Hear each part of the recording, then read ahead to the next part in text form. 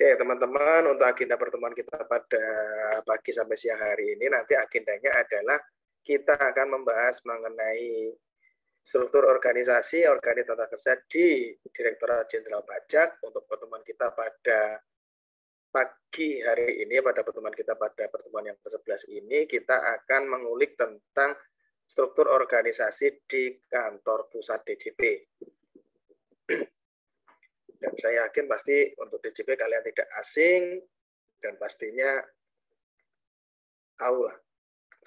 Dan apa yang saya sampaikan harapannya nanti bisa dipahami dengan mudah. Oke, saya izin share screen. Untuk PPT-nya ada 126, tapi nanti kita skip, nanti kita sisakan waktu untuk berdiskusi. Oke, yang pertama, organisasi dan tata kerja DJP untuk kantor pusat. Aturannya sama, yakni PMK 217, PMK 87, dan PMK 229. Nah, jadi sederhananya di PMK 87 itu ada namanya Direktorat DIP, Data dan Informasi Perpajakan, yakni dia adalah direktorat gabungan melebur antara Direktorat Transformasi, Teknologi Komunikasi dan Informasi, TTKI, KPDE, Kantor Pengelolaan Data Eksternal, dan sebagian Direktorat Potensi Kepatuhan dan Penerimaan itu digabungkan beberapa dilebur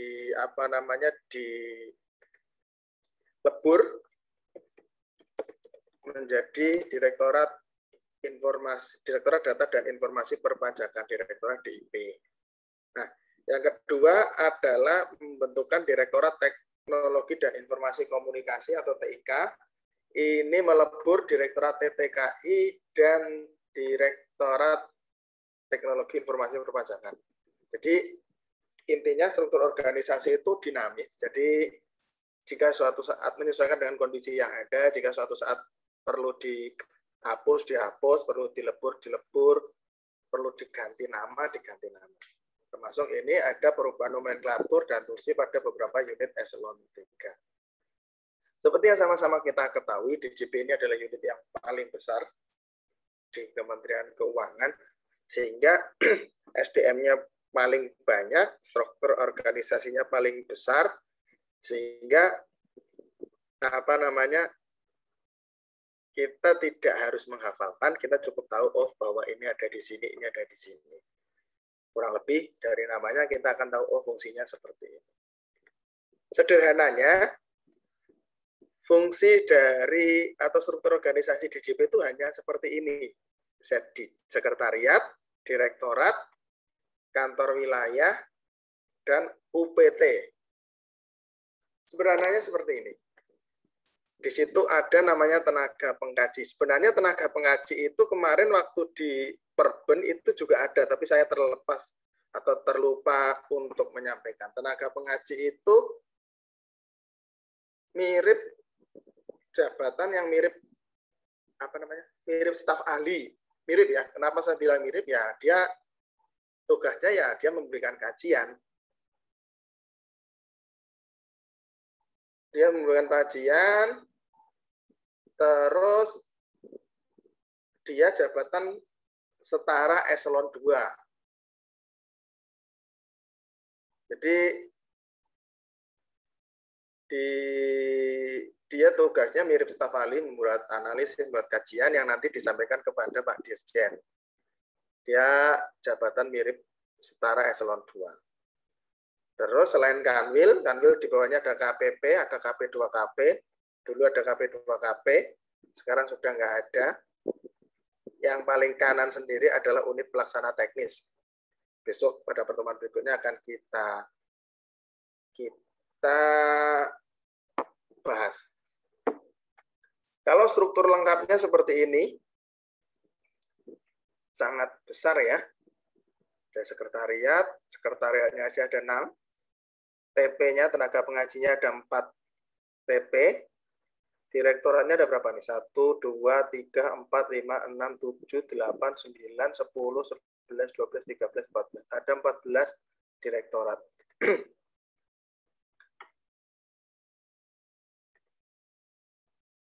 ada 14 direktorat, ada sekretariat, ada kanwil, ada TP. Oke, kita masuk ke satu-satu. Tugasnya jelas ya. Pasti kalian sudah tahu yang ngurusi membuat rumusan peraturan, melaksanakan kebijakan di bidang perpajakan. Fungsinya juga standar seperti ini. Nah, sekretariat hampir sama dengan yang lain. Bedanya di sini ada 6. Tadi kita lihat ya, di sekretariat ada 6. Ada organisasi, tata laksana. Terus pastinya ada P4, perencanaan, pengembangan, dan pemberhentian pegawai. Ada mutasi dan kepangkatan. Kalau di beberapa tempat, di beberapa direktorat jenderal, mutasi dan kepangkatan ini selevel eselon 4, jadi dia di bawah bagian SDM atau bagian kepegawaian. Tapi di DJP dia itu berdiri sendiri. Mutasi kepegawaian 1, 2, dan 3. Jadi bisa dibayangkan karena memang organisasinya sangat besar, bagian mutasi dan kepangkatan itu dia berdiri sendiri. Kita kembali ke skip ke yang sebelumnya tadi, ada bagian biasanya sebutannya seringnya P4, perencanaan, pengembangan, dan pemberhentian pegawai. Di sini biasanya kalau nanti kalian diklat, kalian pelatihan, ini yang handle di sini. Kalau kita lihat di eselon 4-nya, perencanaan dan pengadaan pegawai, itu di sini. Kalau kepangkatan di bagian sebelah, layanan dan manajemen basis data kepegawaian, berarti di sini administrasi peningkatan dan peningkatan kapasitas. Peningkatan kapasitas itu maksudnya pengembangan SDM, kayak diklat, pendidikan, itu yang ngurusin ini. Dan yang terakhir, pemberhentian dan pemensiunan. Itu satu eselon 4 tersendiri. Jadi di sini kalau kita lihat fungsinya, bagian ini ya mulai dari cuti, diklat, penilaian kinerja, pensiun, pemberhentian, bahkan sampai hukuman disiplin. Kalau ini khusus mutasi dan kenaikan pangkat. Berikutnya ada bagian keuangan, ini umum dengan hampir sama dengan bidang yang lain, penyusunan anggaran, perbendaharaan. Nah, ini administrasi gaji dan tunjangan. Kalau di sekretariat direktorat yang lain, subbag administrasi gaji dan tunjangan ini biasanya melebur jadi satu dengan subbag perbendaharaan. Tapi mungkin karena memang unit organisasinya sangat besar, ya dia berdiri sendiri.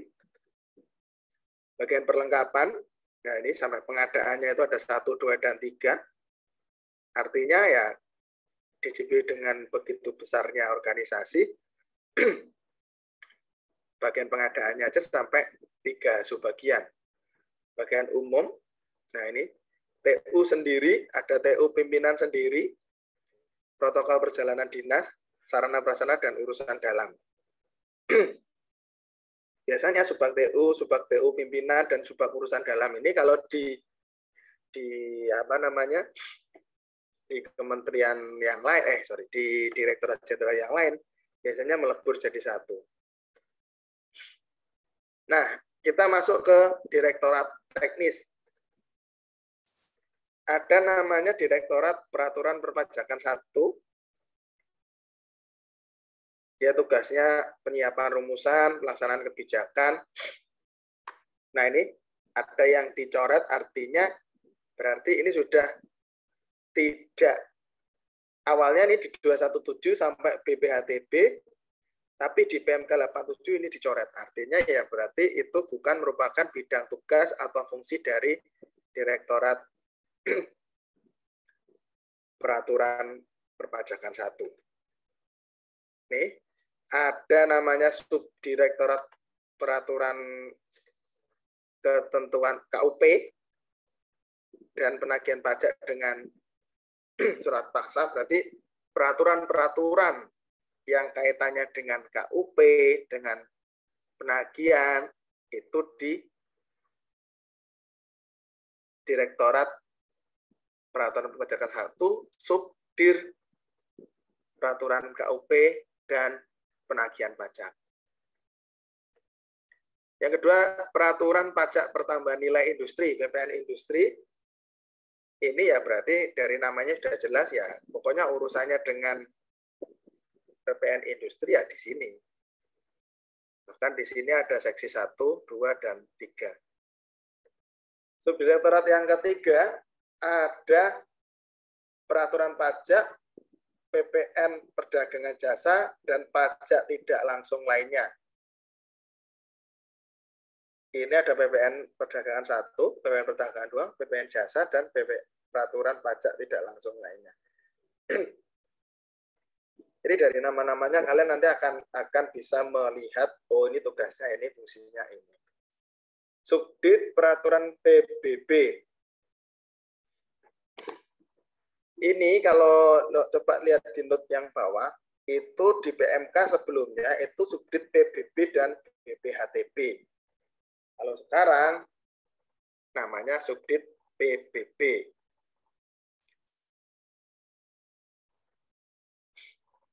Berikutnya Subak TU jelas. Itu tadi Direktorat Peraturan Perpajakan 1. Kita masuk ke Direktorat Peraturan Perpajakan 2.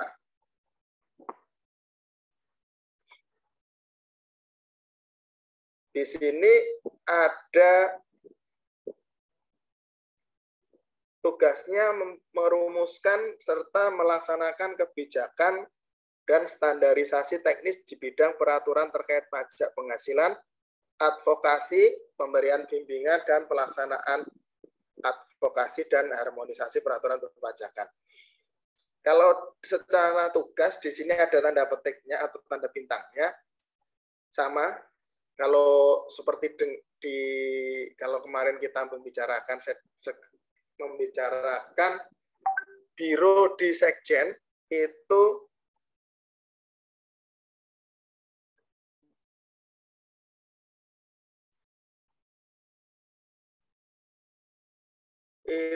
ada namanya Biro Bantuan Hukum, terus dirubah namanya ganti dengan Biro Advokasi. Sama di sini kata-kata bantuan hukum diubah menjadi advokasi. Jadi peraturan perpajakan 2 ini kaitannya dengan bantuan hukum, BIMTEK, dan harmonisasi peraturan perpajakan. Ada Subdirektorat Peraturan Pajak Penghasilan Badan, PPH Badan. Ada Subdit Peraturan Pemotongan dan Pemungutan PPH dan PPHOP. Jadi di sini ngurusi PPH orang pribadi yang sebelumnya tadi PPH Badan, ya ini Subdirektorat Advokasi. Ini ada advokasi 1, 2, 3, dan 4. Harmonisasi dan peraturan perpajakan. Nah, berarti nanti ke depannya ini dia juga harus berkoordinasi dengan Biro Hukum di Sekjen supaya apa? Supaya ketentuan-ketentuan perpajakan itu bisa sinkron dengan yang ada di Direktorat Jenderal yang lain. Jadi harus sering diharmonisasi, jangan sampai di satu sisi mengatakan A, di sisi lain di Direktorat Jenderal yang lain misalnya ada peraturan mengatakan B, sehingga tidak sinkron. Ada Subak TU. Jadi kalau kita lihat polanya di sini 1, 2, 3, 4. Jadi satu direktorat itu ada 4 subdirektorat dan 1 Subak TU. Direktorat Pemeriksaan dan Penagihan, kita lanjut lagi. Di sini tugasnya ya merumuskan dan melaksanakan kebijakan di bidang pemeriksaan dan penagihan perpajakan. Subdirektoratnya ada perencanaan pemeriksaan, ada seksi perencanaan pemeriksaan WPOP, WP Badan, ada seksi strateginya. Subdit yang kedua adalah teknik dan pengendalian pemeriksaan. Berikutnya ada subdit pemeriksaan transaksi khusus.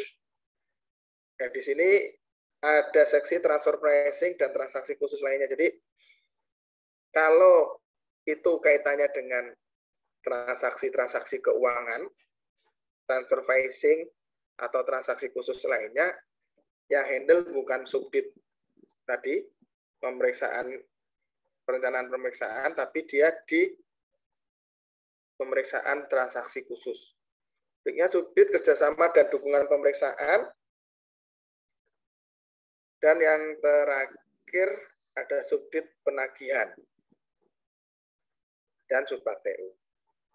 Jadi kalau di Direktorat Pemeriksaan dan Penagihan, pemeriksaannya itu ada 1, mulai dari perencanaan, teknik kendalian, 2, pemeriksaan khusus, dan 3, 1 tadi perencanaan, 2 teknik dan pengendalian pemeriksaan, 3 pemeriksaan transaksi khusus, 4 kerjasama dan dukungan pemeriksaan, baru yang subdit yang kelima itu subdit yang terkait dengan penagihan. Jadi di sini kita lihat ada 4 yang ngurusi pemeriksaan dan 1 yang ngurusi penagihan. Penegakan hukum mempunyai tugas serta melaksanakan kebijakan dan standari teknis di bidang penegakan hukum perpajakan. Di sini ada subdit pemeriksaan bukti permulaan, ada subdit penyidikan, subdit forensik barang bukti, dan subbak TU. Jadi kalau yang sebelumnya tadi 1 direktorat, 5 subdirektorat, kalau di sini penegakan hukum hanya ada 3 subdirektorat. Itu pun sederhananya kalau kita lihat sudah sesuai dengan alur. Di sini pemeriksaan bukti permulaan, setelah itu dilempar ke penyidikan, dan berikutnya ada di forensik dan barang bukti. Untuk Direktorat Eksten dan Penilaian, yaitu tugasnya merumuskan dan melaksanakan kebijakan di bidang ekstensifikasi dan penilaian perpajakan. Ada subdit ekstensifikasi, ada subdit pendataan, ada subdit penilaian, ada penilaian 1, penilaian 2, dan subbak TU. Nah, sepemahaman saya, ekstensifikasi ini juga ada di KPP. Saya pengen sedikit menggali. Siapa ya?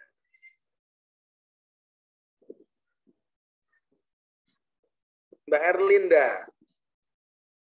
Walaupun sekarang tanggal 14, saya pengen tanggal 13. Mbak Erlinda, Mbak mau nanya dong, Mbak. Sepemahaman Mbak Erlinda yang dimaksud dengan ekstensifikasi itu apa, Mbak? Kalau di KPP ya, Pak? Ya, kan pernah dapat teorinya dan pernah PKL di KPP kan ya? Iya. Ekstensifikasi itu apa? Bagian yang berfungsi untuk menggali, bukan menggali ya,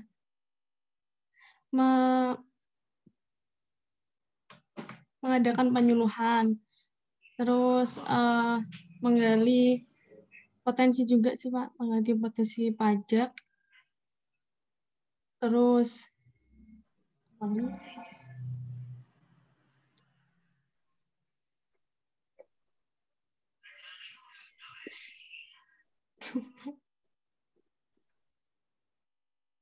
Ada cukup?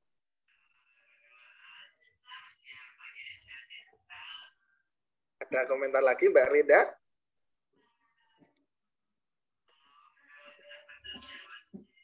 udah Pak, lupa.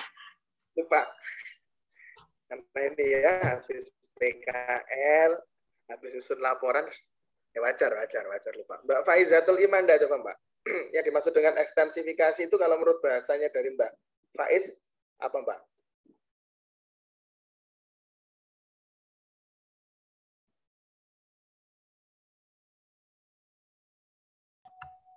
Apakah saya kedengaran, Pak? Menurut Mbak Faiz, pengertian ekstensifikasi perpajakan menurut Mbak Faiz apa? Suatu upaya proaktif yang dilakukan oleh DJP pada rangka memberikan NPWP dan atau pengukuhan PKP ya Pak. Oke. Terima kasih Mbak Faiz. Jadi gini teman-teman. Jadi kan ada namanya ekstensifikasi kalau di pajak ya. Kalau secara umum ada namanya diversifikasi, ada intensifikasi.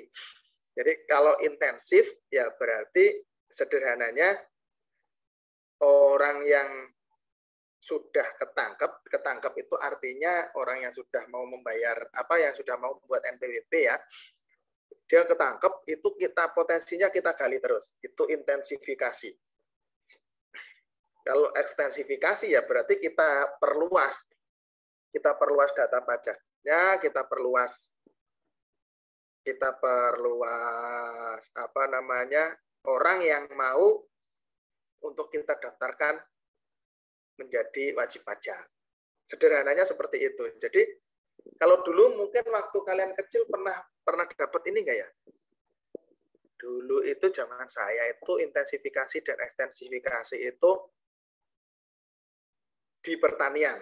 Namanya intensifikasi pertanian dan ekstensifikasi pertanian. Kalau intensifikasi pertanian, lahannya satu, bagaimana caranya lahan satu itu bisa memberikan hasil yang maksimal. Misal dipupuk, disemprot, terus cari bibit yang bagus, dijaga dari hama misalnya, supaya nanti di akhir panennya bisa banyak. Kalau ekstensifikasi ya, kita cari lahan lain sampai 2 sampai 3. Sederhananya seperti itu. Supaya hasil akhirnya apa? Hasil akhirnya ya panennya banyak. Yang satu panennya banyak dari satu lahan, yang lain panennya banyak dari banyak lahan. Nah, sama dengan di pajak. Kalau intensifikasi ya berarti wajib pajak yang ada itu dipantau terus, di-maintain, dibina hubungannya, dicek, oh ini sudah jujur, oh ini belum jujur nih, ada potensi pajak atau penghasilan yang disembunyikan, diajak komunikasi supaya hasil akhirnya dia bisa nyetor pajak yang lebih tinggi dari sebelumnya. Kalau ekstensifikasi ya kita cari misalnya di Tulungagung misalnya. Tulungagung ini WP-nya sekian ratus atau sekian ribu. Padahal di sana itu ada banyak tempat usaha, apakah ini belum terdaftar menjadi wajib pajak gitu, itu namanya ekstensifikasi. Nah, ada subdirektorat pendataan, ada subdirektorat penilaian, ada subdirektorat penilaian 1 dan penilaian 2. Di sini penilaian 1 itu seksi penilaian massal bumi, penilaian individu perkebunan dan perhutanan, dan seksi penilaian individu komersial dan objek khusus. Jadi kalau kita ingat, zaman dulu, itu pajak sebelum eranya modern, sebelum menjadi KPP Pratama, itu kan ada namanya KPP dan KPPBB, kantor pajak, kantor pelayanan perpajakan, dan kantor pelayanan pajak bumi dan bangunan. Jadi PBB P2 itu sudah dilepas ke Pemda, tetapi untuk PBB yang lain itu masih melekat di DJP sehingga penilaiannya itu masih ada di DJP. Yang dilepas ke Pemda itu PBB P2, pajak bumi dan bangunan, perdesaan dan perkotaan. Kalau yang sedikit tadi, bedanya 1 dan 2, ini 1 ini penilaian individu perkebunan dan perhutanan, ada seksi penilaian individu komersial dan objek khusus. Kalau yang kedua, individu perumahan dan industri dan individu pertambangan. Direktorat Keberatan dan Banding, jelas ini ya aturan-aturan, kebijakan-kebijakan terkait dengan keberatan dan banding. Jadi sederhananya gini, ketika seseorang itu dipaksa untuk membayar pajak, kenapa saya bilang dipaksa? Karena sama-sama kita ketahui, definisi dari pajak adalah iuran wajib yang bukan iuran sukarela ya, pajak itu iuran wajib yang wajib dibayar oleh dengan syaratnya apa, ketentuannya adalah dia dipaksa. Ketika seseorang itu dipaksa, ada orang yang legowo, ada orang yang mau, oh ya, nggak apa-apa. Bapak pajaknya segini ya, nggak apa-apa. Tetapi ketika dia tidak terima, dia bisa melakukan keberatan. Nah, ketentuan-ketentuan terkait dengan keberatan dan banding itu diatur di Direktorat Keberatan dan Banding. Di mana Direktorat Keberatan dan Banding ini ada subdit pengurangan dan keberatan, ada banding dan gugatan, 1, banding gugatan 2, peninjauan kembali dan evaluasi, dan subaktu. Sederhananya gini, ketika kalian melakukan banding diproses, setelah diperiksa, dianalisis, oh iya ternyata benar yang kemarin justifikasinya dari kita salah. Harusnya dia pajaknya nggak 1 M, pajaknya hanya 700 juta misalnya. Oke, kita kurangi ya, ini 700 juta. Ini, nah ternyata begitu keputusannya sudah dikurangi, dia nggak terima. Dia melakukan banding. Oh, harusnya bukan 700 juta, harusnya 500 juta. Setelah itu dia juga bisa mengajukan gugatan di pengadilan pajak,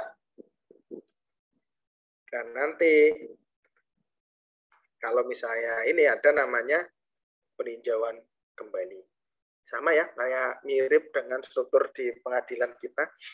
Ada namanya pengadilan tingkat pertama di kabupaten, pengadilan tingkat kedua atau pengadilan banding di provinsi, dan yang ketiga adalah di Mahkamah Agung. Ya mirip-mirip gitulah. Jadi intinya apa? Supaya kita menciptakan keadilan. Jadi kalau kamu nggak terima ya silakan mengajukan keberatan. Udah dikasih pengurangan nggak terima ya silakan mengajukan banding. Putusannya kurang menyenangkan ya silakan melakukan peninjauan kembali. Ada potensi kepatuhan dan penerimaan. Direktorat ini potensi perpajakan. Jadi teman-teman di kantor pusat itu orang-orangnya itu struktur kerjanya itu beda dengan orang-orang di KPP. Jadi kalau di KPP itu AR itu kan menggali potensi, itu kan lingkupnya kan di wilayah mereka, di wilayah kerja mereka. Tapi kalau di kantor pusat, jadi yang dipikirkan potensinya itu banyak banget. Ya, ini potensi sektor industri, sektor perdagangan, dan sektor jasa. Jadi dia dilihat nih, kira-kira prediksi kita di 2022 itu potensi kita yang potensi perpajakannya segini. Saya nggak tahu rumusnya bagaimana, cara ngitungnya bagaimana, tetapi secara garis besar dapat dijelaskan bahwa oh tahun depan dengan beberapa faktor ini potensi kita akan naik nih. Oh ya kemarin karena kita kena COVID, banyak usaha yang gulung tikar, otomatis rugi berarti nggak ada pajak, berarti potensi kita akan berkurang misalnya. Ini yang melihat secara nasional itu direktorat, subdirektorat potensi, dan direktorat, subdirektorat potensi perpajakan.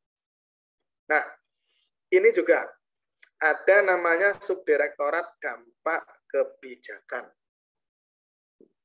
Maksudnya apa? Jadi di sini itu ketika mereka membuat sebuah peraturan atau membuat sebuah kebijakan, bahkan kebijakan yang bukan berasal dari mereka itu artinya DJP, pasti akan dampaknya ke masyarakat seperti apa kan harus akan terlihat. Nah, subdirektorat ini tugasnya di situ. Kayak kemarin, kayak misalnya ada dulu namanya PPh final pasal nomor 56 kalau nggak salah. Jadi tarifnya 1%. Nah, terus ada peraturan DJP Perdirjen 56. Ada terus yang kemarin Perdirjen 23 yang separuhnya atau 0,5% gitu kan. Jadi itu setiap peraturan kebijakan yang dikeluarkan itu harus diteliti. Yang teliti di sini Subdirektorat Dampak Kebijakan. Bahkan kalau kita lihat di seksinya ada kondisi makroekonomi dan kebijakan umum, artinya bisa jadi kebijakan yang dikeluarkan oleh DJA atau BKF atau Bappenas atau Menko Perekonomian yang tidak ada, bukan dari DJP, itu juga harus diteliti. Karena apa? Kebijakan-kebijakan mereka itu kan pastinya akan berpengaruh terhadap proses bisnis di sebuah perusahaan. Berikutnya adalah Subdirektorat Kepatuhan dan Pengawasan Wajib Pajak. Jadi kalau ada tanda bintangnya itu, kalau di PMK sebelumnya namanya Subdit Kepatuhan Wajib Pajak dan Pemantauan. Saya kurang bisa memahami kenapa namanya diganti dari pemantauan ke pengawasan. Apakah dengan kadang-kadang ini selera ya. Kadang-kadang definisi ini tergantung selera, atau kadang-kadang ada yang mengatakan ya kalau mantau sih cuma lihat-lihat aja. Kamu melakukan apa ya tinggal ditulis. Kalau mengawasi itu mungkin lebih tajam. Mungkin seperti itu mungkin ya. Ini hanya sekedar kemungkinan. Di sini ada Subdit Kepatuhan dan Pengawasan Wajib Pajak, ada seksi kepatuhan wajib pajak sektor industri, sektor perdagangan, sektor jasa, dan pengendalian mutu pengawasan. Subdit Pengelolaan Penerimaan Pajak. Di sini ada seksi PAN, seksi statistik dan perakiraan penerimaan, dan seksi evaluasi penerimaan. Ada subbab TU. Nah, ini yang unik di direktorat ini. Direktorat Potensi Kepatuhan dan Penerimaan. Ini di sini ada 1, 2, 3, 4, ada 4. Ada 4 subdirektorat dan 1 subbab TU. Ada Direktorat Penyuluhan, Pelayanan, dan Kehumasan.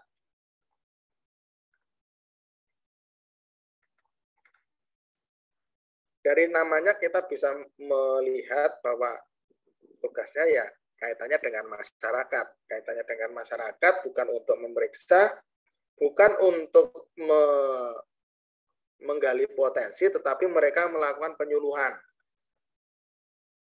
Di sini ada Subdirektorat Penyuluhan Perpajakan, ada seksi materi penyuluhan, bimtek penyuluh, dukungan penyuluh, dan seksi dokumentasi.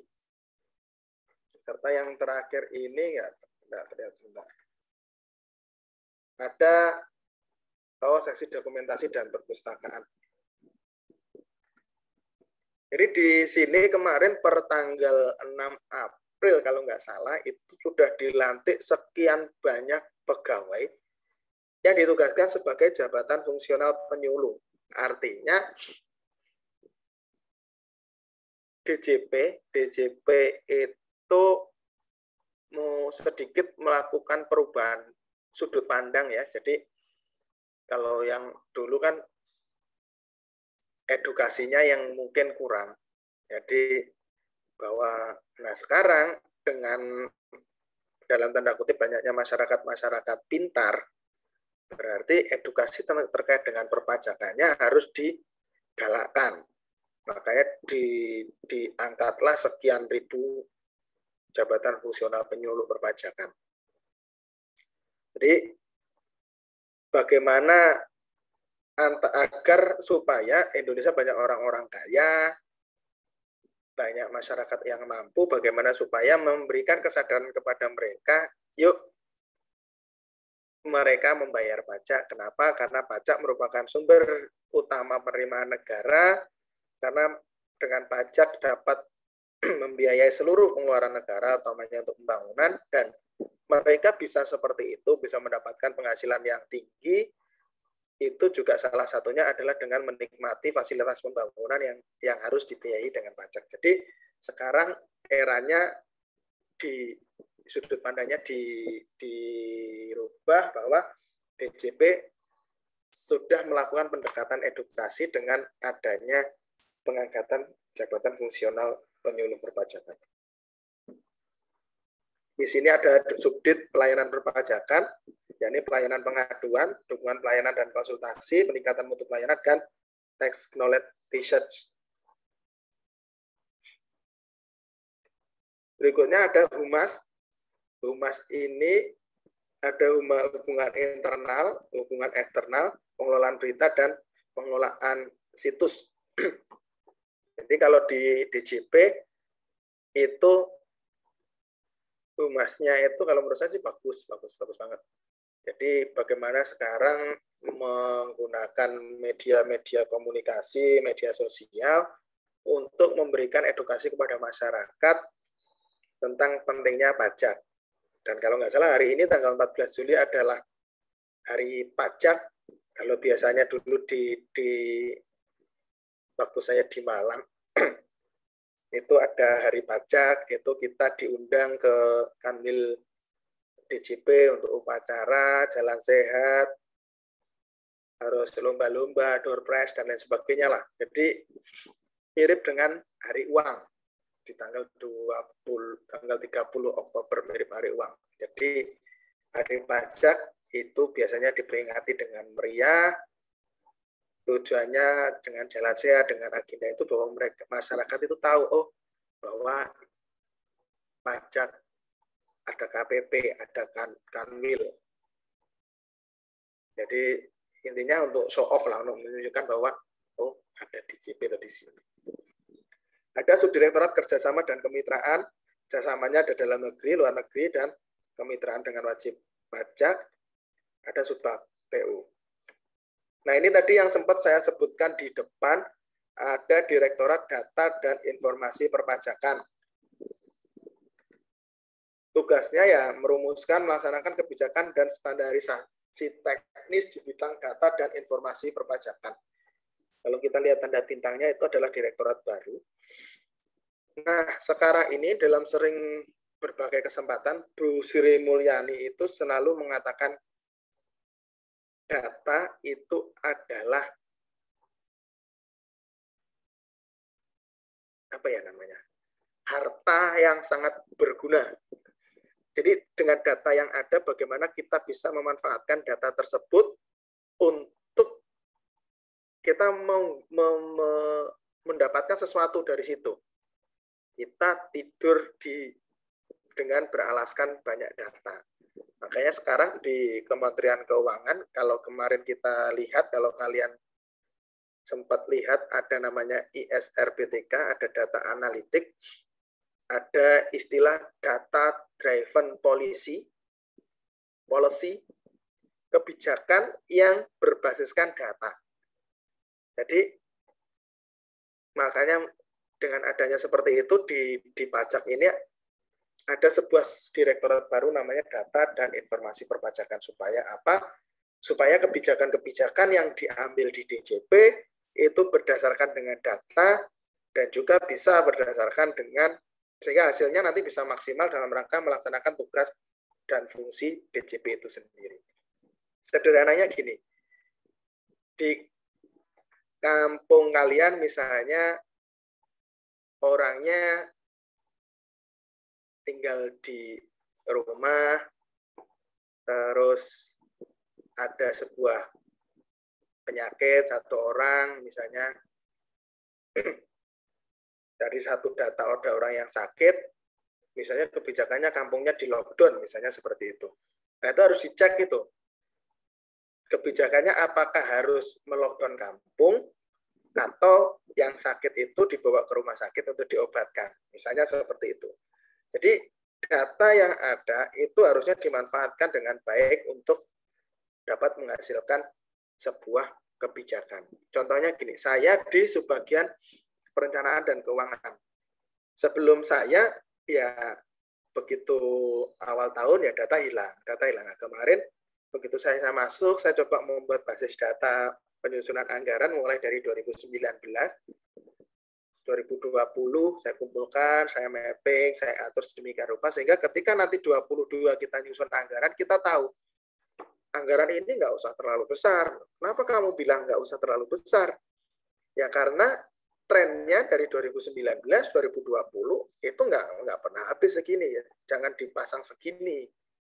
Jadi intinya gini, data driven policy itu kita mengambil sebuah kebijakan harus ada landasannya data.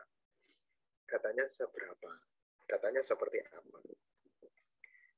Oke, kita kembali ke sini. Direktorat Data dan Informasi mempunyai namanya Subdit Tata Kelola Data dan Informasi,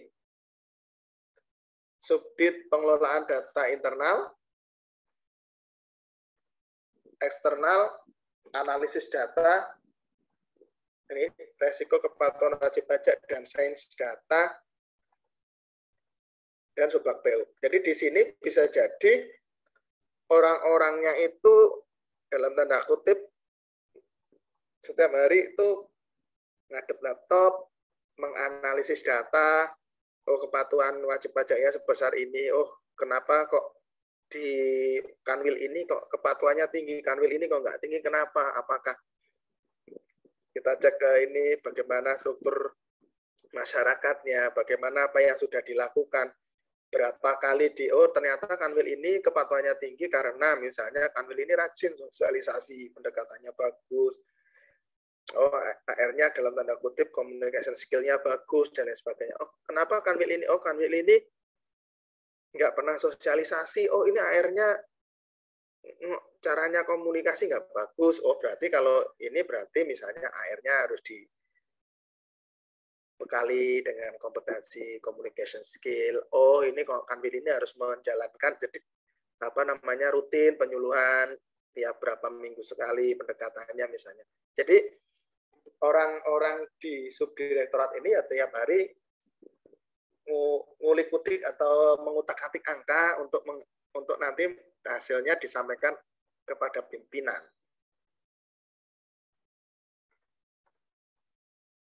Dan tadi di sini data itu ya bisa dari eksternal dan data dari internal. Eksternal,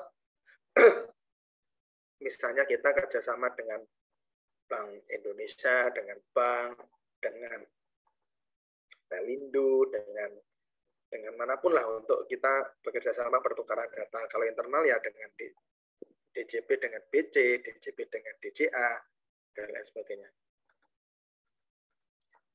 Berikutnya ada Direktorat Teknologi Informasi dan Komunikasi, Direktorat TIK. Ini fungsinya ya jelas dia di bidang teknologi informasi dan komunikasi. Di sini ini adalah direktorat baru dari peleburan 2 direktorat sesuai dengan penjelasan di slide awal. Subdirektorat Tata Kelola Sistem Informasi, di sini tugasnya ya menyiapkan bahan, penyusunan, pelaksanaan, evaluasi kebijakan dan tata kelola teknologi informasi dan komunikasi. Seperti yang sama-sama kita ketahui, dengan kondisi yang seperti sekarang ini, dengan kondisi pandemi, kita butuh data, kita harus tetap bisnis proses kita, BCP, bisnis continuity proses kita itu harus tetap berjalan. Ya salah satunya ya harus dengan teknologi dan informasi, dengan TI, dengan aplikasi, dengan internet. Karena kalau nggak seperti itu, ya kita kalau masih mengandalkan budaya yang lama, ya kira kantor nggak jalan. Makanya subdit ini penting artinya untuk mulai dari, kalau kemarin di ujian kalian ada namanya perubahan terencana, perubahan reaktif, ya adanya subdit ini itu diharapkan bisa memberikan perubahan terencana yang nantinya dapat memperlancar tugas dan fungsi dari DJP. Misalnya dulu ada SPT awalnya manual, diantar, terus dikirim, berikutnya sudah diupload, berikutnya sudah tinggal input, dan lain sebagainya. Artinya itu harus ada sinergi yang kuat antara pembuat kebijakan itu dengan Direktorat TIK itu sendiri. Apalagi sekarang di DJP lagi ada namanya Cortex. Cortex itu sebuah program atau sebuah tim task force yang dibentuk di DJP, gajinya besar-besar, bahkan sampai kepala kantor itu rela untuk meninggalkan jabatannya sebagai kepala kantor untuk gabung di situ untuk menyiapkan kebijakan. Kemungkinan besar nanti akan ada reformasi perpajakan. Jadi ditunggu saja hasilnya apa, tugas mereka.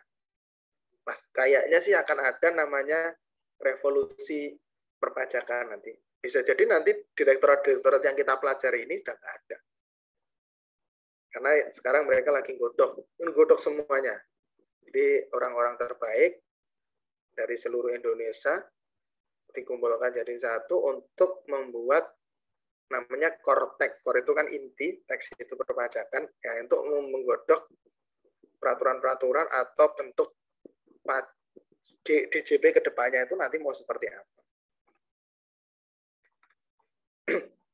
Subdit pengembangan sistem perpajakan, subdit pengembangan sistem pendukung perpajakan, subdit pengelolaan infrastruktur dan keamanan sistem informasi. Jadi ketika kita berbicara sistem, itu kita tidak bisa melepaskan dari pendukung sistem itu sendiri, dan kita juga tidak bisa melepaskan diri dari infrastruktur pendukungnya, termasuk bagaimana keamanannya. Sederhananya gini, kalau kita bicara sistem perpajakan, apa sih gitu kan? Misalnya ESPT, itu sistem perpajakan. Sistem pendukungnya apa? Oh ya, ESPT ini harus bisa jalan di komputer dengan apa? Harus bisa masuk untuk Windows nomor berapa. Ini pendukungnya, bukan sistem utamanya. Sistem utamanya ESPT atau e-faktur atau EE yang lain lah di DJP. Sistem pendukungnya dia support nggak nanti dengan Windows 10, dia support nggak dengan Windows jadul, misalnya Windows XP, dia support nggak dengan Linux misalnya. Itu sistem pendukung. Berikutnya, dia support nggak ya nanti di komputer yang RAM-nya cuma 3, atau yang RAM-nya cuma 2, atau RAM-nya cuma 4 misalnya. Itu namanya infrastruktur. Nah, kira-kira kalau sistem ini dijalankan, dicoba nih, bisa nggak khawatirnya nanti diretas atau dihack. Nah, itu namanya keamanannya. Jadi, di direktorat ini diatur segala hal, mulai dari sistem perpajakan itu sendiri, pendukungnya, infrastrukturnya atau hardware-nya, termasuk keamanannya. Subdit pemantauan dan pelayanan sistem informasi jelas ketika sebuah layanan itu dijalankan, aplikasi itu dijalankan, ya tetap harus dimonitor, harus dipantau kira-kira nanti ada masalah atau enggak, termasuk di sini ada namanya bimbingan sistem. Itu adalah, jadi sebelum sistem itu diterapkan, sumber dayanya di masing-masing kantor pajak itu harus dilatih, dan bisa jadi di sini yang melakukan bimbingan itu di sini. Direktorat Kepatuhan Internal dan Transformasi Sumber Daya Aparatur. Kalau kemarin kita sering mendengar istilah Direktorat Kepatuhan Internal yang ada di BC, kalau di pajak dia punya namanya Direktorat Kepatuhan Internal dan Transformasi Sumber Daya Aparatur, atau sering kita dengar namanya KITSDA. Ini polisinya pajak itu di sini. Kalau di TNI ada polisi militer, kalau di polisian ada apa ya namanya? Provos ya kalau di kepolisian ya. Kalau di Bea Cukai ada KI itu ngurusi internal mereka, kalau misalnya ada pengaduan dan lain sebagainya. Kalau di pajak, ya ini di sini, di KITSDA. Kalau di KPP ada SUKI, Umum dan Kepatuhan Internal itu mitranya dari sini, Direktorat Kisda. Kita cek dalamnya seperti apa Direktorat Kisda. Yakni merumuskan, melaksanakan kebijakan dan standarisasi teknis di bidang kepatuhan internal dan transformasi sumber daya aparatur. Jadi ini mereka ngurusi SDM di DJP. Jadi nanti kalau kalian misalnya menjadi pegawai DJP, ketika dalam bekerja, seandainya ada godaan dari WP dan kalian terima, terus ada WP lain yang tahu atau teman kalian yang tahu, terus dilaporkan ke KI, ditembuskan ke Kisda, ya ini kalian menjadi objek dari Kisda itu sendiri. Kisda ada Subdirektorat Kepatuhan Internal. Jadi ada Subdirektorat Investigasi dan Transformasi Organisasi, pengembangan manajemen kepegawaian, kompetensi dan pengembangan kapasitas SDM, dan TU. Nah, kalau kita lihat di sini fungsi pencegahannya itu di sini sebenarnya. Jadi internalisasi kepatuhan itu artinya ya melakukan edukasi kepada seluruh pegawai DJP tentang pentingnya kita melakukan kepatuhan dan lain sebagainya. Jadi nilai-nilai kepatuhan itu sendiri disampaikan, diinternalkan ke seluruh pegawai. Tujuannya apa sih sebenarnya kepatuhan internal itu? Tujuannya adalah supaya seluruh pegawai DJP itu bekerja berdasarkan nilai-nilai yang dianut, nilai-nilai Kementerian Keuangan yang dianut, terus seluruh pegawai DJP itu bisa bekerja sesuai dengan standar operating prosedur yang sudah ditetapkan, sehingga akhirnya apa? Hasil akhirnya mutu yang dihasilkan oleh DJP itu memberikan mutu yang terbaik. Makanya di sini ada namanya seksi penjaminan kualitas.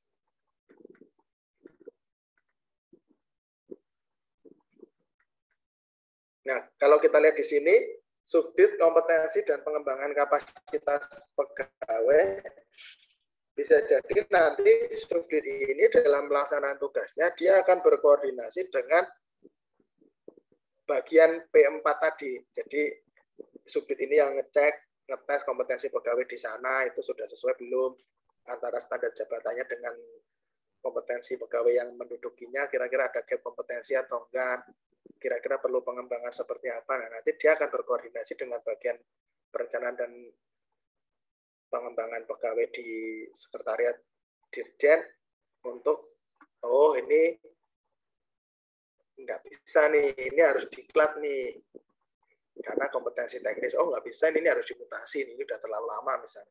Jadi Kisda ini tiktokannya dengan bagian P4. Ada transformasi proses bisnis, seperti sama-sama kita ketahui, tadi sudah saya jelaskan, DJP itu unit besar.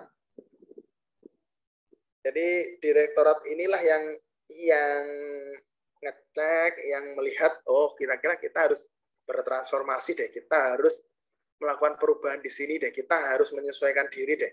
Itu ada namanya Direktorat Transformasi Proses Bisnis. Ada Subdit Pengembangan Pelayanan, Pengembangan Penyuluhan, Pengembangan Penegakan Hukum, Pengembangan Ekstensifikasi dan Penilaian, Manajemen Transformasi. Jadi yang sudah ada, pelayanan yang sudah ada, penyuluhan yang sudah ada, penegakan hukum yang sudah ada, itu dicek terus. Dicek terus oleh subdirektorat ini untuk dilakukan, oh teknik penyuluhannya nggak pas ini. Kenapa? Karena kita sudah mengangkat sekian ribu penyuluh, kita sudah menjadwalkan penyuluhan kok ternyata tingkat kepatuhannya kok nggak tinggi, penerimaan pajak yang diterima kok nggak tinggi, berarti ada yang salah ini. Ini di sini subdirektorat inilah yang melakukan analisis. Direktorat Perpajakan Internasional ini kalau kita rujuk ke Bea Cukai, di Bea Cukai kemarin juga ada dengan kerjasama internasionalnya juga, pajak juga sama. Di sini ada Subdirektorat Perjanjian dan Kerjasama Perpajakan Internasional, ada penanganan sengketa perpajakan internasional, Maksudnya apa di sini? Kita sama-sama tahu di pajak itu ada beberapa azas, artinya ada misalnya multi level company, MNC, multinational company, yaitu perusahaan-perusahaan internasional yang bekerja di sini atau berdomisili di sini, dia punya penghasilan di sini. Nah, itu ya dia kan termasuk objek pajak kita. Nah, tidak menutup kemungkinan ketika dalam proses perpajakannya ada sengketa, misalnya dia dapat penghasilan di sini dalam 1 tahun 1 T misalnya, kalau dilaporkan cuma 200 T, ternyata yang 1 T yang dilaporkan cuma 900 M, yang 100 M ternyata diakui dia didapatkan oleh penghasilan dari Malaysia misalnya. Pasti nanti ketika ada ketetapan, ada sengketa, harus berkoordinasi dengan otoritas pajak Malaysia untuk membuktikan bahwa ternyata memang benar nih ada shifting atau pergeseran pengakuan perpajakan dari Indonesia ke Malaysia misalnya. Ini urusannya subdirektorat ini. Pertukaran informasi perpajakan internasional bisa jadi nanti masih kaitannya dengan perusahaan MNC, itu kita memberikan informasi ke otoritas pajak Singapura, Malaysia, Australia misalnya, bahwa perusahaannya di sini ini ada untung segini, ada rugi segini, omsetnya segini misalnya. Penjualannya ke sini bisa jadi itu dimungkinkan terjadi pertukaran informasi itu dihandle oleh subdirektorat pertukaran informasi perpajakan internasional. Nah, ada namanya KISDA, ada namanya Direktorat Intelijen Perpajakan.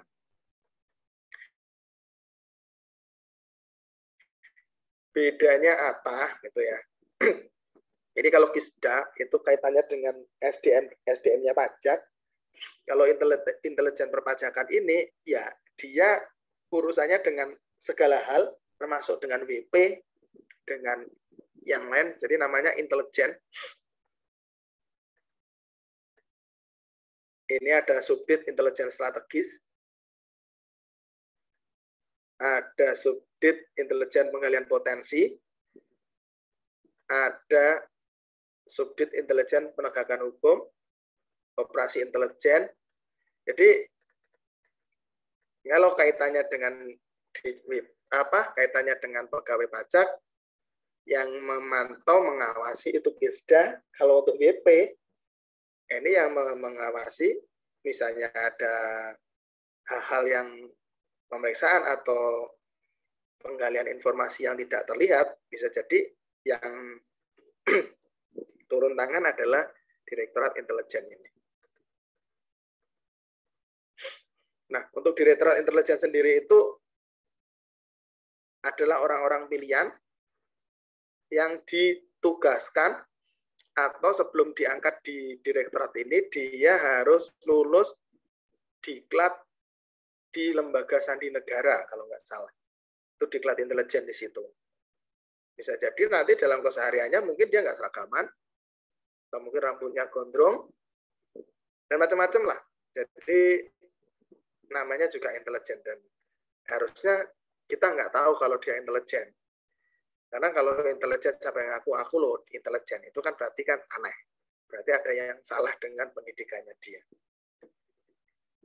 Oke, yang berikutnya kelompok jabatan fungsional. Di sini ada banyak sekali jabatan fungsional di pajak. Mulai dari penyuluh, ada yang memeriksa, dan lain sebagainya. Banyak sekali. Oke, alhamdulillah dengan maraton kita bisa menyelesaikan membahas mengenai struktur organisasi kantor pusat DJP. Sebelum kita lanjut ke agenda berikutnya, ada yang ingin dikonfirmasikan atau didiskusikan atau disampaikan? Saya persilahkan.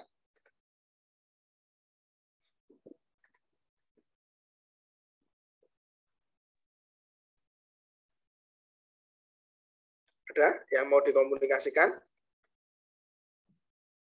Sekali Izin lagi saya bertanya, tekan. Pak. Oh ya, silakan.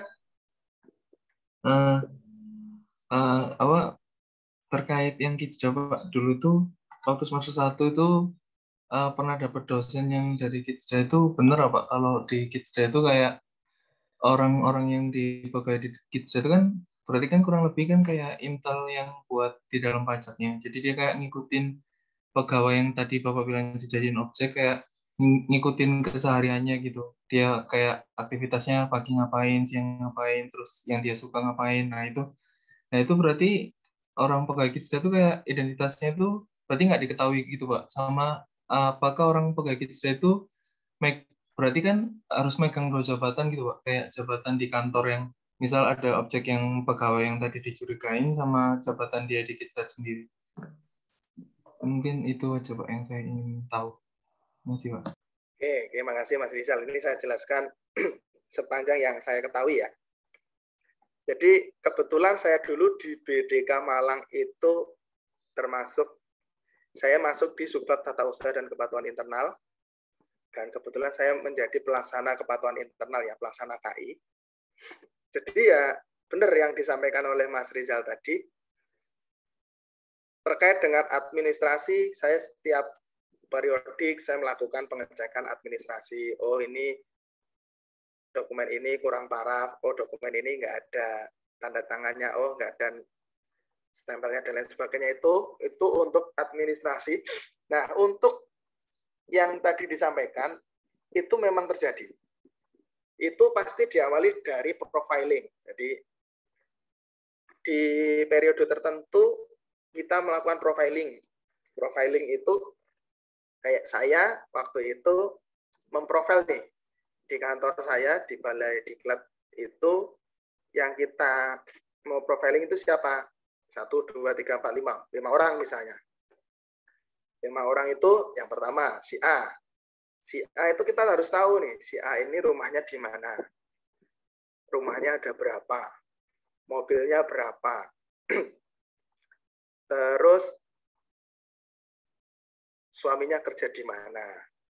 Bahkan kita sampai ngecek dia, kita harus follow IG-nya, kita follow Twitter-nya, supaya apa? Kita tahu nih perilakunya dia dalam keseharian seperti apa. Misalnya gini, dia pelaksana biasa, terus istrinya nggak kerja, tapi kok tiap periodik dia upload status nih di Instagram, Malaysia, Singapura, Thailand misalnya.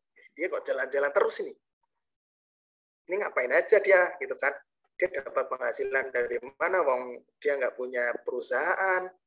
Nah, jadi tujuan dari Bu Menteri Keuangan sendiri membentuk KI yang tangguh atau Kidsda yang tangguh adalah supaya apa?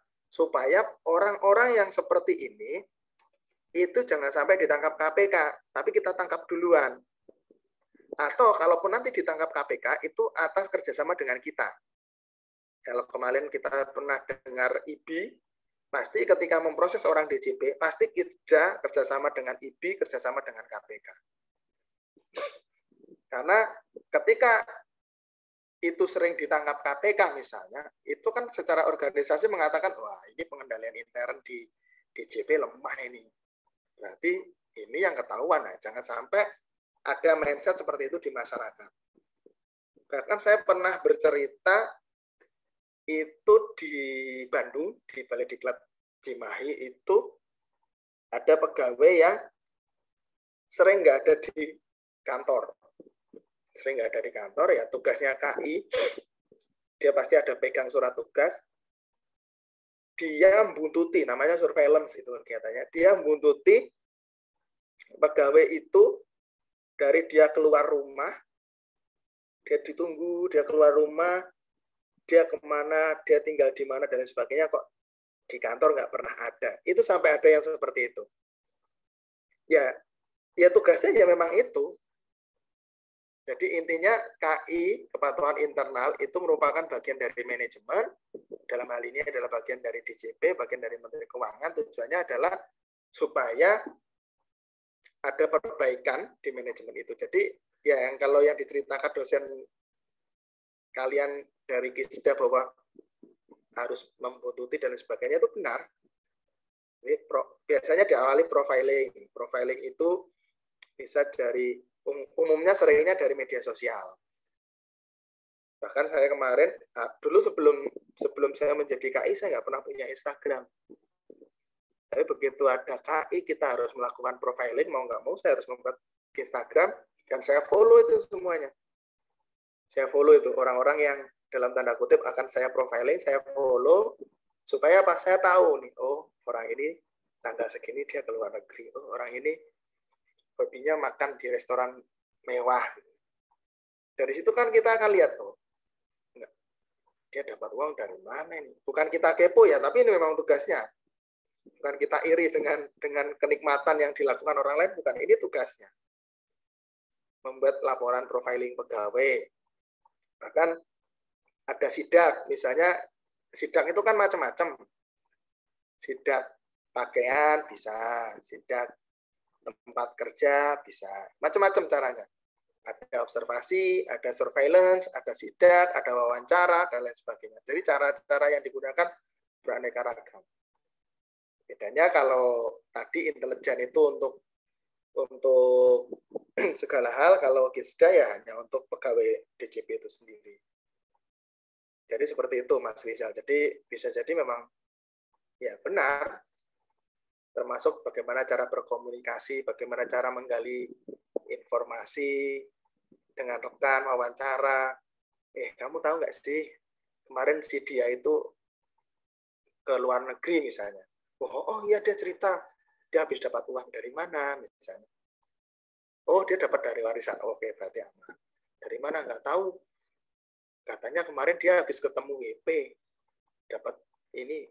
Aku nggak tahu dia dapat uang dari mana, cuman yang aku tahu kemarin dia ketemu WP di kafe ini atau di rumah makan ini. Nah itu kan harus menjadi kecurigaan. Oh dia informasi awal seperti itu. Oke berikutnya bisa jadi nanti kita ikuti, kita sadap dan lain sebagainya. Cuman untuk sadap kayaknya masih belum, karena sadap itu hanya untuk level penyidikan. Jadi aparat penegak hukum kalau di kita ya paling itu buntuti, ngikuti. Bisa jadi kita dini hari sebelum dia berangkat, kita tunggu di luar rumahnya, dia nanti mampir kemana, atau pas dia makan siang, kita ikut keluar, kita ngecek dia kemana, dan lain sebagainya. Intinya, ya memang itu tugasnya KI atau Kisda. Itu ya, Mas Rizal. Ada yang mau dikonfirmasi lagi? Boleh tanya satu lagi nggak Pak? Terkait yang boleh, Kisda. Boleh. Tapi mohon maaf sebelumnya Pak, kalau agak lancang. Itu kalau kata dosen saya dulu tunjangannya 2 kali lipat ya Pak, karena megang 2 jabatan ini. Jadi kalau di yang saya tahu ya, kalau di kami di BPPK pelaksana KI dengan yang lain sama, nggak ada bedanya. Cuman yang saya tahu kalau di DJP itu kan kalau DJP itu dia itu tunjangannya tuh gini, misalnya grading sama. Jadi misalnya pelaksana biasanya nanti dapat kriteria yang A, grading yang sedikit lebih tinggi daripada pelaksana yang lain. Kemungkinan besar sama yang disampaikan. Yang diinformasikan itu betul. Kalau 2 kali lipat saya nggak ngerti, tetapi yang pasti yang saya pahami, kalau di DJP, orang-orang Kisda itu tunjangannya lebih tinggi daripada yang lain. Cuman yang harus diingat, ketika orang tahu kita orang Kisda, ya kita harus siap-siap. Pasti orang nggak suka dengan kita. Bisa jadi mungkin kita diblok. Kan banyak ini kan, orang yang tahu kita Kisda nggak mau dimata-matai kan, daripada di follow yang mending di blok. Misalnya seperti kita harus siap dimusuhi orang lain, dimusuhi teman kita. Itu ya, Mas Rizal. Karena resikonya juga banyak, makanya mereka dikasih tunjangan yang berbeda dengan yang lain. Cuman pastinya besarnya berapa saya nggak ngerti. Kalau di tempat kami tidak ada bedanya. Yang lain ada yang mau dikonfirmasikan? Izin bertanya, Pak. Oke. Terkait yang masalah misal nih ada kayak petugas yang menerima sesuatu dari WP kan nggak boleh ya Pak. Itu tuh ada batasan nominal atau berapapun yang diterima langsung dilaporkan atau ada batasannya? Oke, ini terkait dengan gratifikasi berarti ya. Sederhananya gini, segala hal yang kita terima dari wajib pajak itu harus dilaporkan. Itu ya. Harus dilaporkan. Itu ada jumlah minimalnya. Misalnya gini, Mbak Andrea Yola lagi hitanan, misalnya nanti punya anak hitanan, nanti ada orang yang datang, ada beberapa kriteria yang dia boleh diterima. Misalnya ya orang tetangganya datang ngasih sumbangan misalnya 100.000 ya, itu wajib bukan wajib diterima, itu boleh diterima. Tapi ada WP datang kok enggak umum, misalnya kok dia nyumbang sampai 50 juta ada, itu yang harus dilaporkan. Jadi intinya gratifikasi itu harus dilaporkan. Nah, nanti ketika dilaporkan nanti akan ditelaah itu oleh Subbag untuk bagian tertentu untuk mengatakan oh ini boleh diterima, oh ini enggak boleh, ini harus dikasihkan ke kas negara. Oh misalnya makanan, oh makanan berarti harus dikasihkan ke, kan nggak mungkin makanan disimpan ya. Jadi kalau yang lain sambil melaporkan itu disimpan, ditunggu. Kalau kayak makanan itu jangan disimpan. Jadi makanan dapat, kalau bisa kita tolak, kalau nggak bisa kita terima, kita laporkan, kita terima, kita kasihkan misalnya ke panti asuhan, ke panti jompo, ke yang lain, itu kita kasihkan, kita foto, nanti kita laporkan bahwa pada tanggal segini kita menerima gratifikasi sejumlah ini dari CV ini, posisi sekarang gratifikasi tersebut sudah kita salurkan ke panti asuhan X dengan bukti sebagaimana terlampir. Kalau barang itu bisa disimpan, kita tunggu hasil analisis dari bagian gratifikasi itu, apakah boleh kita terima atau harus diserahkan ke negara, misalnya disita oleh negara, macam-macam. Jadi intinya segala hal yang diberikan, ini nih, saya barusan download buklet KPK nih. Gratifikasi adalah semua pemberian yang diterima oleh pegawai negeri atau penyelenggara negara. Oleh karena itu, gratifikasi memiliki arti yang netral, sehingga tidak semua gratifikasi merupakan hal yang dilarang atau sesuatu yang salah.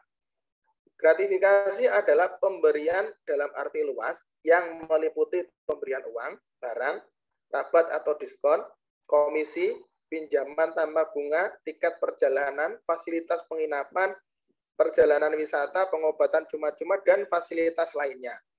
Gratifikasi tersebut baik yang diterima di dalam negeri maupun di luar negeri dan dilakukan dengan menggunakan sarana elektronik atau tanpa sarana elektronik. Yang dilarang misalnya gratifikasi yang diterima berhubungan dengan jabatan.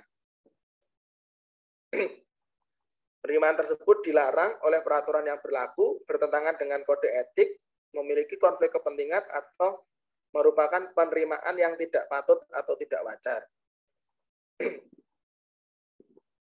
Nah, kurang lebih seperti itu. Intinya, tadi saya bilang, ada yang boleh kita terima, ada yang nggak boleh. Jadi kalau misalnya teman datang ngasih kado kalian ulang tahun, bisa jadi itu bukan gratifikasi. Misalnya nilainya hanya senilai 500.000 misalnya. Hanya memberikan kaos sepak bola senilai 100 apa 200 misalnya. Ya itu bisa diterima. Tapi kalau memberikan kaos yang apa ya? Yang Louis Vuitton atau apa yang kayak gitulah, Chanel dan lain sebagainya yang mahal-mahal harganya ratusan juta, bisa jadi itu termasuk bagian dari gratifikasi yang harus kita tolak. Jadi macam-macam, jadi ada aturannya tersendiri. Itu ya, Mbak Zola. Terima Ini kasih, Pak. ada sedikit tambahan nih, apa saja gratifikasi yang boleh diterima. Pada dasarnya, semua gratifikasi yang diterima oleh penyelenggara negara wajib dilaporkan pada KPK. Kecuali pemberian dari keluarga, kakek, nenek, bapak, ibu, mertua, suami, istri, anak, menantu, cucu, besan, paman, bibi. Gratifikasi tersebut boleh diterima dengan syarat tidak memiliki benturan kepentingan dengan posisi atau jabatan penerima. Misalnya Mbak Yola AR, ternyata pamannya WP-nya misalnya. Terus pamannya ngasih, ini kamu tak kasih mobil, tapi laporan pajakku nanti dikurangi ya. Nah, ini nggak bisa, nggak boleh. Karena apa? Itu ada benturan kepentingan. Kecuali misalnya Mbak Yola AR, pamannya pengusaha yang nggak ada sangkut pautnya dengan sampean, tiba-tiba ulang tahun kasih hadiah mobil misalnya, itu bisa diterima. Dengan catatan nanti jangan sampai nanti ujung-ujungnya ada maksud lain, misalnya tolong sampaikan ke temanmu dong AR-nya Pak D, laporan Pak A, itu berarti nggak boleh. Jadi intinya boleh diterima asalkan nanti tidak ada potensi benturan kepentingan. Hadiah lain dalam pesta pernikahan, kelahiran, akikah, baptis, khitanan, dan upacara adat dengan pemberian paling banyak 1 juta rupiah. Terus pemberian terkait musibah atau bencana yang dialami oleh penerima, oleh bapak, ibu, mertua, suami, istri, paling banyak 1 juta. Jadi misalnya ada musibah, ada yang meninggal, dan lain sebagainya, atau bencana alam, dapat santunan 1 juta, itu boleh diterima, itu bukan gratifikasi. Pemberian dari sesama pegawai dalam rangka bisa sambut, pensiun, promosi, pemberian tersebut tidak berbentuk uang ataupun setara uang. Misalnya pemberian voucher belanja, pulsa, cek, atau giro. Nilai pembelian paling banyak 300.000 per pemberian per orang, dengan batasan total selama 1 tahun 1 juta rupiah dari pemberi yang sama. Jadi banyak aturannya ya. Jadi nanti silahkan didalami sendiri atau enggak nanti saya share deh di grup. Terkait itu ya Mbak Andrea Yola, habis ini saya share dulu saya. Terkait dengan gratifikasi supaya kita semua tahu apa yang boleh dan apa yang enggak boleh. Bahkan kalau kita pernah dengar cerita dari Bu Sri Mulyani, ini biasanya saya sampaikan di waktu saya ngajar Latsar, itu bahwa kode etik itu mengatur apa yang boleh dan apa yang tidak boleh. Jadi kalau kalian nanti bekerja ya kalian harus tahu rambu-rambunya supaya apa? Supaya tidak salah, supaya tidak berurusan dengan Kitsda, supaya tidak berurusan dengan aparat penegak hukum yang lainnya. Oke, ada yang lain ingin didiskusikan? Atau ada yang ingin ditanyakan? Waktu masih 15 menit.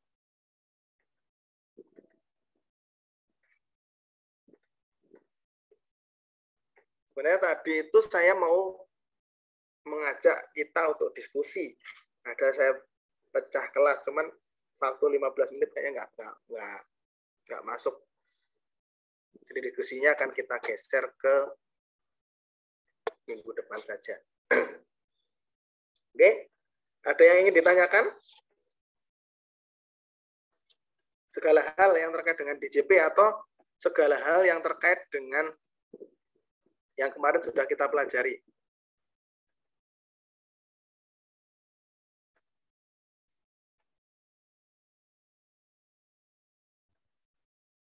Cukup? Oke, kalau cukup, kita bisa akhiri kelas ini. Karena kalau untuk diskusi nggak cukup waktunya. Masih ada 14 menit. Jadi intinya, sekali lagi saya tekankan, struktur organisasi ini, saya minta bantuan teman-teman untuk membaca kembali, untuk memahami kembali di rumah, Karena apa? Kita belajarnya skip. Speednya tinggi. Ada beberapa yang saya skip. Jadi untuk pendalamannya kalian harus baca lagi. Dan satu hal yang harus digarisbawahi, sekarang di DJP ada namanya tim task force yang tugas. Kalau nggak salah namanya pesiap. Tim pesiap. Sebentar saya cari dulu. Tim pesiap. Tim PSIAP DJP. PSIAP DJP itu adalah tim task force-nya DJP. Bisa jadi nanti struktur organisasi yang kita pelajari ini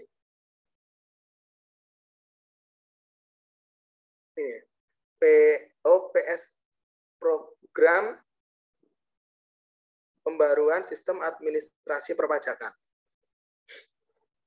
Jadi dia sudah siap untuk mereformasi DJP. Nanti kita tunggu saja hasil kerja dari teman-teman kita. Bisa jadi nanti ketika kalian masuk misalnya menjadi DJP, struktur organisasi yang kita pelajari rubah total, bisa jadi. Tapi nggak apa-apa, setidaknya kalian tahu kalau nanti kalian misalnya masuk ke era yang baru, kalian bisa bercerita, oh dulu saya pernah mempelajari ini loh, dan lain sebagainya. Gitu ya, teman-teman. Bapak, boleh mohon izin untuk absensi teman-teman, apakah sudah masuk semua ya Pak? Soalnya saya ada kesulitan sih Pak buat absen. Oke, kalau gitu saya cek dulu ya. Iya Pak. Saya cek dulu.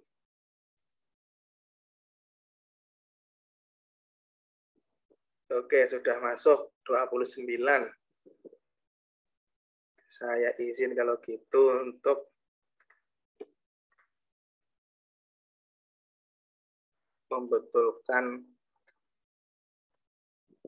portal biar nggak lupa.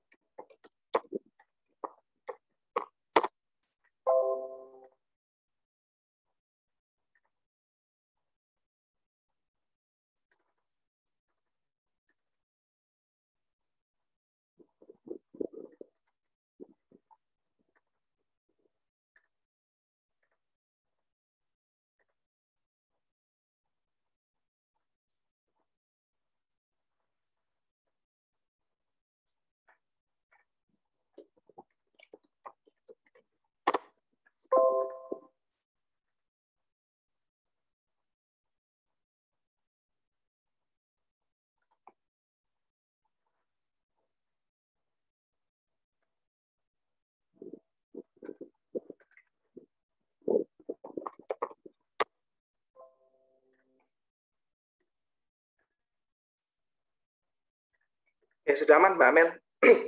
Baik, terima kasih banyak, Pak. Ya, teman-teman, kalau nggak ada lagi yang mau dikonfirmasikan, masih ada lagi?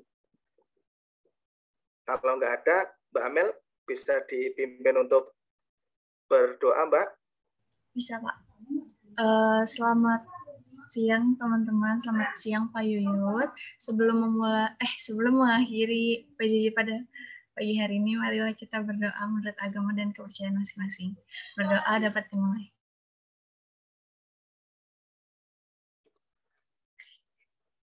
Berdoa dicukupkan. Oke, baik teman-teman. Terima kasih banyak atas perhatiannya pada pagi sampai siang hari ini. Semoga apa yang kita pelajari bisa memberikan manfaat, bisa memberikan berkah bagi kita semua.